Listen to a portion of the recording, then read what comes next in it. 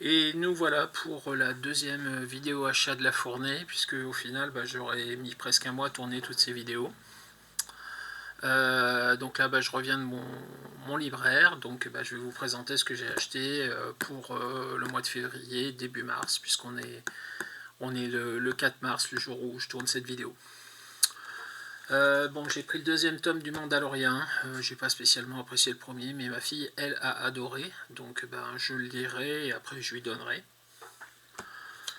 Quand on a des enfants, qu'on les aime, tout va bien. Mandalorian, donc là, c'est des histoires, des vraies histoires comics qui ont été faites autour du personnage et de la série. C'est pas une adaptation, donc ça a l'air nettement plus intéressant que l'autre Mandalorian. C'est pas prioritaire, mais je pense que ça peut être intéressant. Et puis comme j'ai dit, le Star Wars peut être sympa. En comics, j'y croyais pas trop, mais au final si. Un truc moyennement prioritaire, le deuxième tome de Venom par Ramvi et Halloween. Bon, comme j'ai dit, le premier m'a laissé un goût bizarre.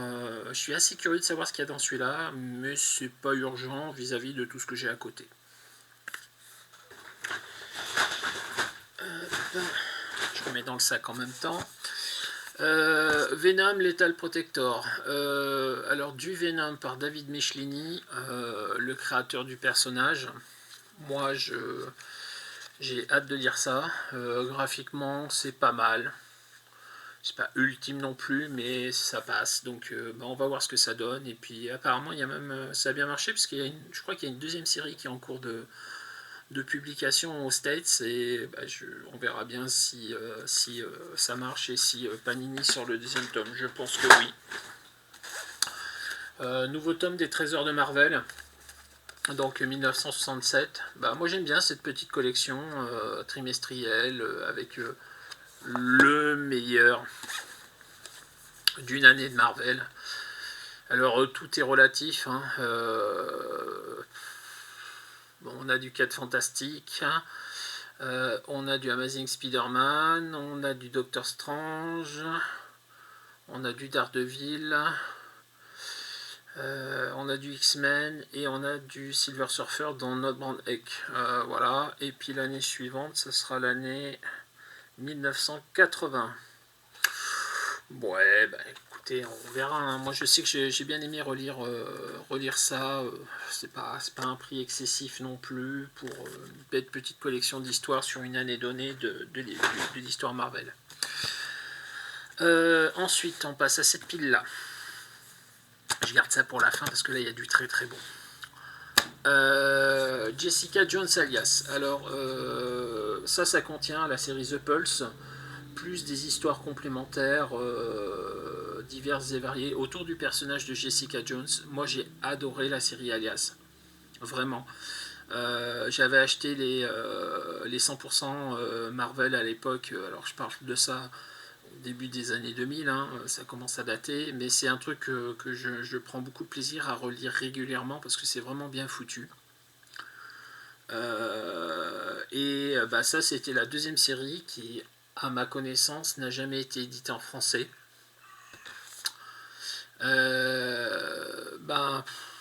Pourquoi pas, quoi. Pourquoi pas.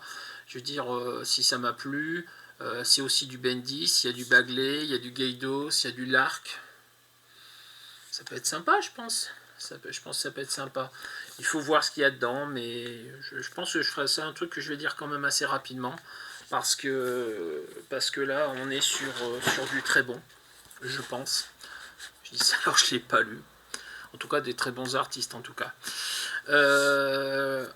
Un cran au-dessus pour mon intérêt de lecture là, le nouveau tome des What If. Donc ça contient les épisodes 14, 15 et 17 à 20. Là encore, des années 70, des What If, des SI. Alors il y a beaucoup de choses qui de mémoire ont été publiées à l'époque dans Speedé. Et si le sergent Fury et Shaolin Commando avaient fait la Seconde Guerre mondiale dans l'espace, et si quelqu'un d'autre était devenu Nova, et si Ghost Rider, Spider-Woman, Captain Marvel étaient restés des super vilains, et si le Docteur Strange était devenu un disciple de Dormammu, et si Spider-Man avait arrêté le cambrioleur qui avait tué son oncle, et si les Avengers avaient combattu dans la guerre Kree Skrull sans Rick Jones. Je pense que là, ça c'est un truc que je vais dire quand même assez rapidement. Là aussi tout est relatif et vous allez comprendre pourquoi dans 2 minutes. Mais c'est quelque chose que je vais dire assez vite parce que c'est des trucs que, en partie j'ai déjà lu. Et puis clairement, moi les What If j'adore. Encore une fois, le trait est très daté. C'est clairement années 70. Hein, là, on est sur des épisodes qui ont dû paraître en 78, 79, je pense. Donc, les artistes qui sont cités, c'est Herb Trim, Carmine Infantino. Donc, c'est des styles vraiment années 70. Mais moi, ça ne me gêne pas sur des œuvres comme ça. Et ça va être un vrai plaisir de lire ça. Le numéro 3 dans ma priorité, Kang War, la guerre de Kang. Alors un truc que j'ai pas compris, Panini, qu'il faudra m'expliquer. Vous traduisez Kang War dans la guerre de Kang à l'intérieur, mais pas sur la couverture. What? Bon, moi le format épique m'a convaincu. Ça m'a l'air assez épais, il y a quand même pas mal de choses. Ça couvre la période de la Madone Céleste, la période de l'arrivée de Beast dans les Vengeurs, et ça va jusqu'à la fin de l'histoire avec la couronne du serpent. Donc on est quand même sur plus d'une vingtaine d'épisodes qui couvrent 2 ans, entre 74 et 76. C'est des trucs que j'avais lus chez Haredi à l'époque. Ils avaient publié ça en mensuel ou en bimestriel, je sais plus. Ça contenait pas loin d'une. Ça couvrait pas loin d'une dizaine de revues. Et après, la fin avait été publiée en petit format noir et blanc. Donc là, je vais le lire en couleur sur la fin. Et puis bon, c'est du bon parce que il y a L4, il y a The Beast, donc comme on l'a dit, il y a pas mal de choses. Moi franchement, pour le prix, je pense que c'est un bon moyen. Je vais être très honnête, je pense que si je devais me procurer toutes les revues d'époque qui sont sorties chez Haredi, ça me coûterait plus de 26€. Tout ne serait pas en couleur, tout ne serait pas en grand format. Et si je devais acheter là où les intégrales Panini des Vengeurs qui couvrent ces années-là, j'aurais peut-être des trucs en plus, j'aurais peut-être des trucs en moins, mais surtout, ça me reviendrait à bien plus de 26€. Donc là, banco, hein, banco. Ma priorité de lecture numéro 2. Bon, je vous en ai parlé dans les achats que ma femme m'a fait au moment où j'avais le Covid. Petit zombie. Donc j'ai acheté le 2, le 3 et le 4. Donc les 4, j'ai les 4 tomes pour le moment en attendant que d'autres sortent. Donc c'est chez Bamboo Édition. C'est vraiment super. Donc au moins le premier tome. Donc je pense que les 3 suivants vont être super sympas aussi à lire. Et puis je vous ferai un retour lecture dessus aussi sans problème. Voilà. Et pour finir, Daredevil. J'ai acheté l'intégrale de la série. J'avais acheté le 1 et le 2 pour voir. J'ai vraiment adoré. J'ai vraiment envie de lire la suite très rapidement. Donc c'est ce que je vais attaquer tout de suite quand j'aurai fini ce que je suis en train de lire. Donc là j'ai fini le Justice League. Je vous ferai une vidéo lecture dans la prochaine fournée.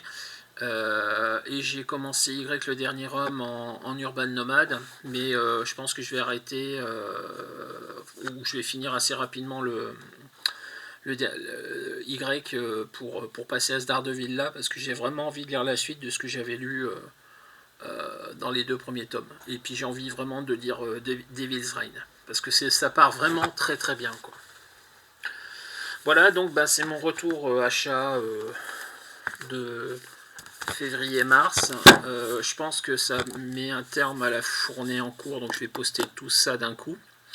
Et puis je pense que ma prochaine fournée de vidéos comics, ce sera sûrement fin mars, début avril, pas avant. Et entre temps, je ferai peut-être une fournée Magic, si je trouve le temps d'ouvrir les boîtes que j'ai achetées pour la sortie de Phyrexia il y a déjà 3 semaines. Et de faire un retour sur mon tournoi que j'ai pas fait non plus, que je voulais faire. Donc il y aura peut-être une fournée Magic entre temps, mais pour le comics, ça sera sûrement pas avant la fin du mois de mars, début avril. A bientôt!